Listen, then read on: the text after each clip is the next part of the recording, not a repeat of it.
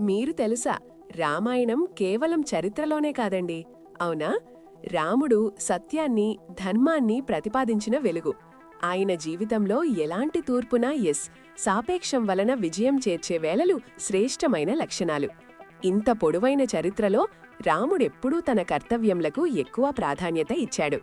స్వరాజ్యం కోసం ఎంతు ఉపయోగించాడు.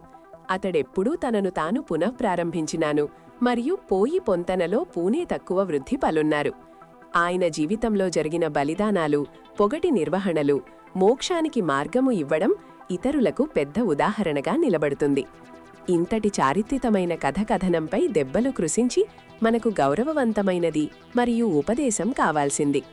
త్వరివచ్చిన వేళలో రాముని కథ నేటి యువతకు కూడా స్ఫూర్తి ఇచ్చే అంకితభావాన్ని కలిగించడం. ఇది ఎంత అద్భుతం! దీని ద్వారా స్వీయ శక్తిని పొందించుకోవాలి. అందువల్ల రామాయణం విజయం ప్రయాణానికిదే. మరిన్ని విషయాల కోసం సురేష్ని ఫాలో చేయండి.